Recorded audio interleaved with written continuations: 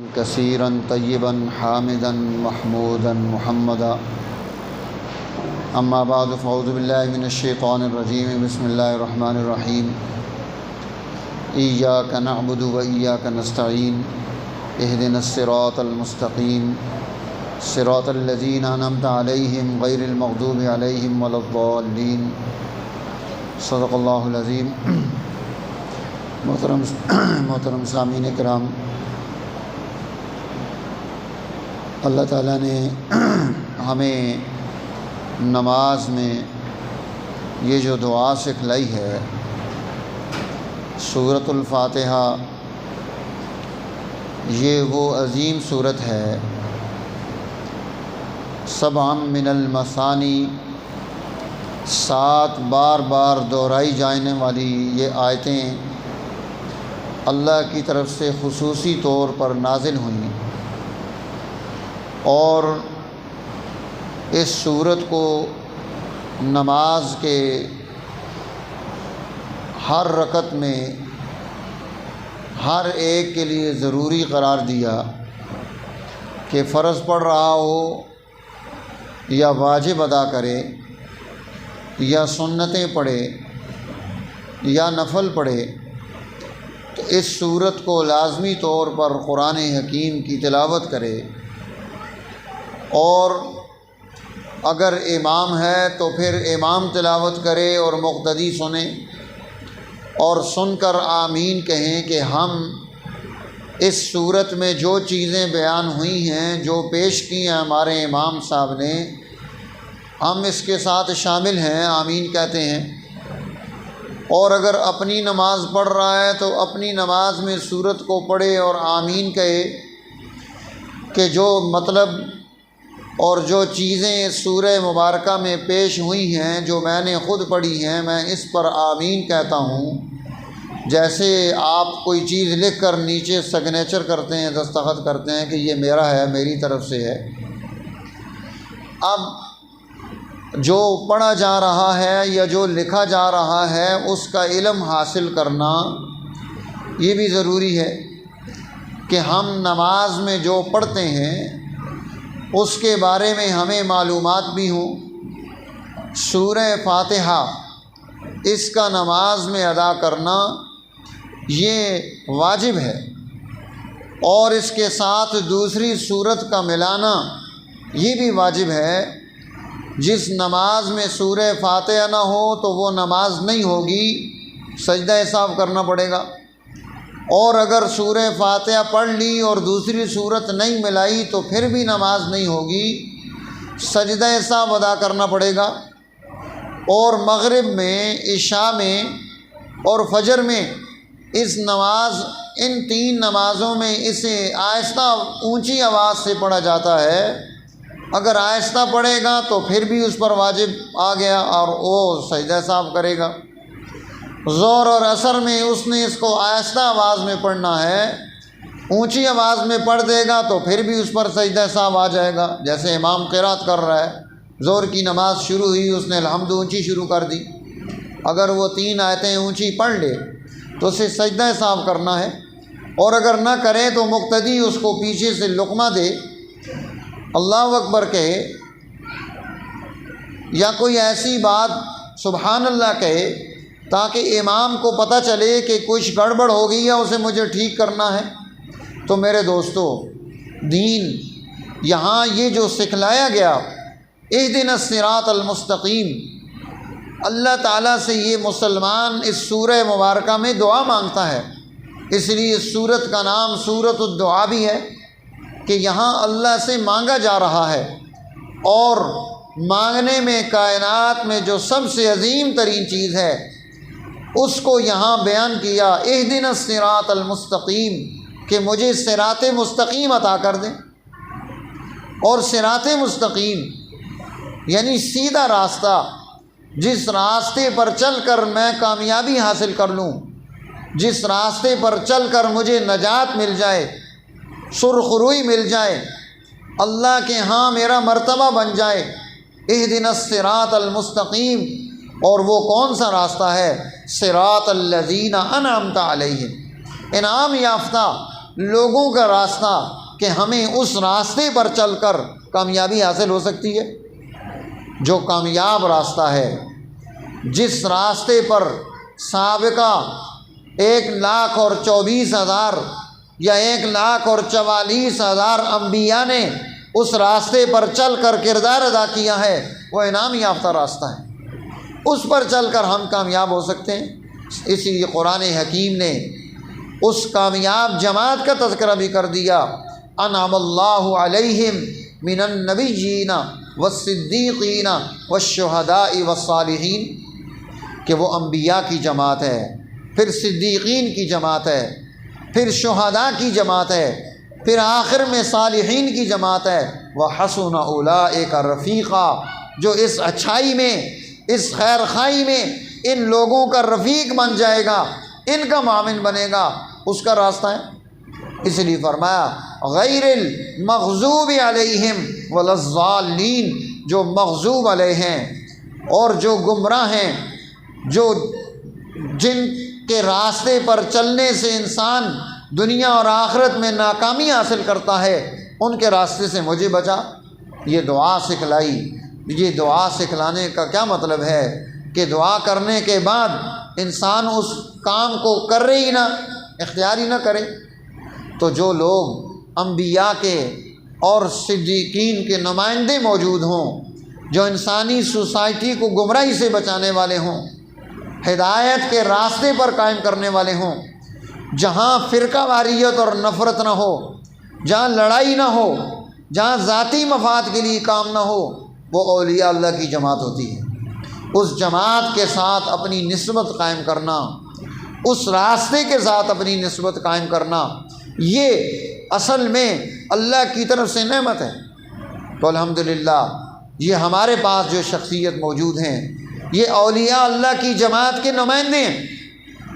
پورے علاقے کے اولیاء اللہ کا جن پر اعتماد موجود ہے، نیک لوگوں کا اعتماد موجود ہے، صالحین کا اعتماد موجود ہے، تو یہ کتنی بڑی نعمت ہے۔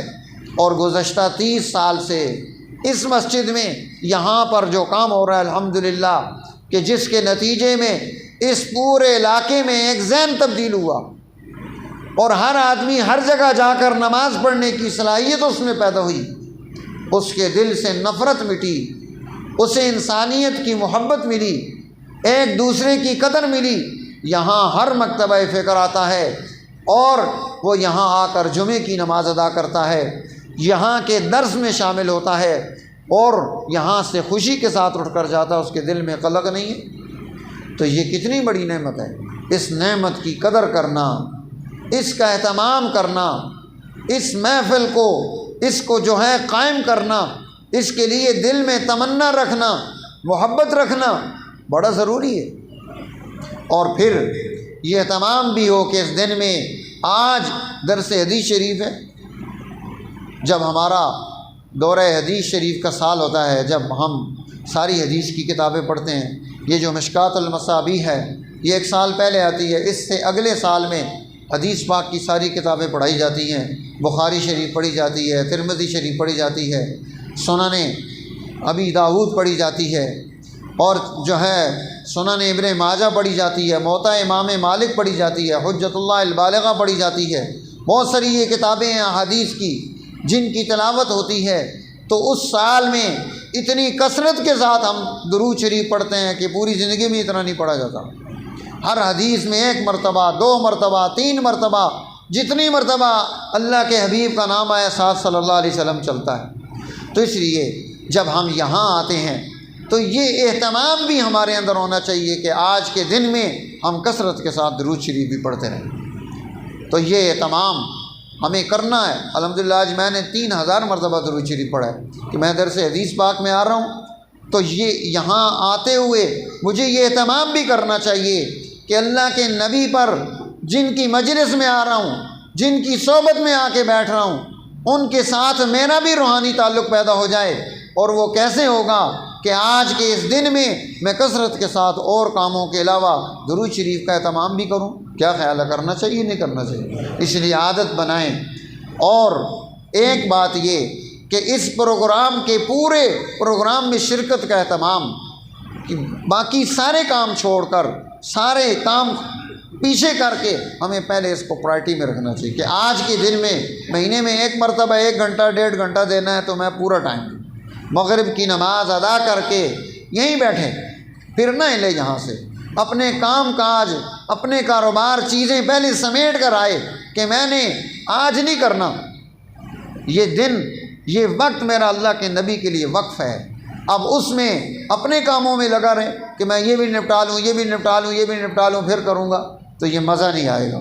مزہ تب آئے گا کہ جب ہم کام نپٹا کر پرسکون ہو کر ذہنی طور پر، عملی طور پر، دماغی طور پر یہاں موجود ہوں، اور پھر ہم اس چیز کو سمجھنے کی کوشش کریں جو یہاں پر پیش کی جا رہی ہے، اور اس کا تذکرہ کیا جائے گھروں میں جا کر خواتین سے، اپنے بچوں سے، اپنی بیٹیوں سے، کہ یہ آج میں نے کیا دین سیکھا ہے، اس کا تذکرہ کریں۔ کیوں؟ جس چیز کو تکرار میں لایا جاتا ہے وہ یاد میں رہتی ہے، جس کا تکرار نہیں کیا جاتا وہ بھول جاتی ہے، ختم ہو جاتی ہے۔ تو ہمیں اس کا اہتمام کرنا ہے۔ اللہ تعالیٰ تمام ہم دوستوں کی محنتوں کو نتیجہ خیز فرما دے، اس میں برکت پیدا فرما دے، اور یہ جو مرکز اللہ کی طرف سے ہدایت کا ہمیں ملا ہے، اللہ ہمیں اس کی قدردانی نصیب فرمائے۔ اس میں بیٹھے ہوئے یہ لوگ، یہ اللہ کی طرف سے بہت عظیم نعمت ہیں، اللہ ہمیں اس نعمت کی قدردانی کی توفیق نصیب فرمائے۔ یہاں آنے والے طلباء اور بچے، ان کا بھی مزاج یہ بنتا ہے، ان کو یہ سوچ دی جاتی ہے کہ ان کے اندر یہ نفرت کا جذبہ پیدا نہ ہو۔ ایک دن میں نیچے اپنے دارالافتاء میں بیٹھا تھا، تو یہ سکھ برادری آئی تھی، تو وہ مسجد میں آ گئے، ایک بچہ بھاگتا ہوا میرے پاس آیا کہ نہیں جی سکھ آ گئے مسجد میں، سکھ آ گئے مسجد میں۔ تو میں نے کہا کیا ہوا سکھ آ گئے مسجد میں؟ بیٹھو، بٹھایا اس کو میں نے بتایا دیکھو یہ اللہ کا گھر ہے یا میرا گھر ہے؟ کہتے جی اللہ کا گھر ہے۔ تو میں نے کہا سکھوں کو میں نے پیدا کیا یا اللہ نے پیدا کیا؟ اللہ نے پیدا کیا۔ تو میں نے کہا جب اللہ کے نبی اپنی مسجد میں عیسائی کو بٹھا دیتے ہیں، اس کا خیمہ لگتا ہے، وہ وہاں بیٹھ کر اپنے جو ہے نا مسلک کی طرف منہ کر کے نماز پڑھ رہا ہے، اللہ کے نبی کی مسجد وہ زیادہ حقدار تھی کہ وہاں نہ بٹھایا جاتا، جب اللہ کے نبی نے بٹھا دیا تو تم کیوں روک رہے ہو؟ آنے والوں کو پوچھو ان کی ضرورت کیا ہے، وہ یہاں کیوں آئے ہیں، ان کا کیا مسئلہ ہے، اگر تمہیں ان کا مسئلہ سمجھ آتا ہے تو حل کرو، جا کر مسئلہ حل کر کے ہو۔ جیسے ابھی بیان ہوا حضرت عمر رضی اللہ تعالیٰ عنہ نے کہا کہ جا کر مسئلہ حل کر کے وہ مسئلہ حل کر کے ہے۔ تو اس لیے الحمدللہ یہاں محبت سکھائی جاتی ہے کہ یہاں آنے والا وہ دین کا نمائندہ بن کر جائے، فرقہ کا نمائندہ بن کر نہ جائے، اس کا فائدہ یہ ہوگا انشاءاللہ سوسائٹی میں ایک خیر کا دور اور پیدا ہوگا۔ اللہ تعالیٰ میں اس کا تمام اور توفیق نصیب فرمائے۔ جتنے لوگ یہاں آئے ہیں اللہ تعالیٰ سب کو اپنے جناب سے بہترین برکتیں نصیب فرمائے۔ اس ادارے کے ساتھ جتنے لوگ محبت رکھتے ہیں ان کو اللہ تعالیٰ بہترین برکتیں نصیب فرمائے۔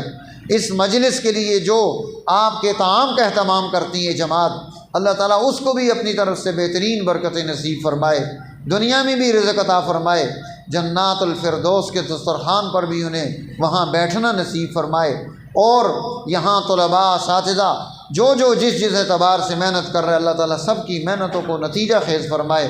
ابھی ہمارے دوست عمران بیگ صاحب نے میسج کیا کہ ان کے والد صاحب وزیر بیگ صاحب کا سال پورا ہوا ہے۔ حضرت سے میں درخواست کروں گا، ہمارے بہت اچھے جو ہے نا بزرگوں میں سے، بلکہ دوستوں کی طرح تھے، بڑی ان کے ساتھ گپ شپ ہوتی تھی، مذاق ہوتا تھا، ہمارا گھر جو ہے نا اور یہ ہم قریب تھے، ان کے گھر میں ہمارا بچپن میں بہت آنا جانا تھا۔ ان کی والدہ جو ہیں وہ ہمارے ساتھ بہت محبت رکھتی تھی، جیسے ہی گھر میں گئے بستر پر بٹھایا، چارپائی پر بٹھایا، اور پھر جو ہے نا سردیوں میں رضائی اوپر دی، کھانے پینے کی چیزیں پیش کی، بہت محبت رکھتی تھیں۔ اللہ تعالیٰ ان کی بھی مغفرت فرمائے، وزیر بیگ صاحب کی بھی مغفرت فرمائے، اور جتنے ہمارے دوست احباب اور ہمارے نمازی، ہمارے والد صاحب کے ساتھ تعلق رکھنے والے، ہماری والدہ کے ساتھ تعلق رکھنے والی خواتین میں سے جو دنیا سے چلی گئی ہیں اور چلے گئے ہیں، اللہ ان سب کی مغفرت کے فیصلے فرمائے، اور جو موجود ہیں اللہ سب کو صحت و سلامتی اور دارین کی عافیت نصیب فرمائے، ہمیں دنیا اور آخرت میں خوش بختیاں عطا فرمائے۔ اس وقت میں جو زلزلے میں جو ہے ہمارے بہت سارے بھائی بہن بچے وہ مصیبت میں مبتلا ہو گئے، اللہ تعالیٰ ان کے لیے آسانیاں فرمائے، غیب کے خزانوں سے انہیں مدد نصیب فرمائے، اور ہمیں سمجھدار عقل مند حکمران عطا فرمائیں کہ اتنا پانی آیا سارا کا سارا ان نادانوں نے ضائع کر دیا، نہ کوئی ڈیم بنا نہ کوئی نہر بنی۔ اللہ ہمیں سچے عقل مند باشعور حکمران بھی عطا فرما دے تاکہ وہ ہماری قوم کے لیے خیر خواہ ہوں۔ اللہ تعالیٰ ہمیں خیر خواہ لوگ نصیب فرمائے۔ وآخر دعوانا ان الحمد للہ رب العالمین، و دعا فرمائیں۔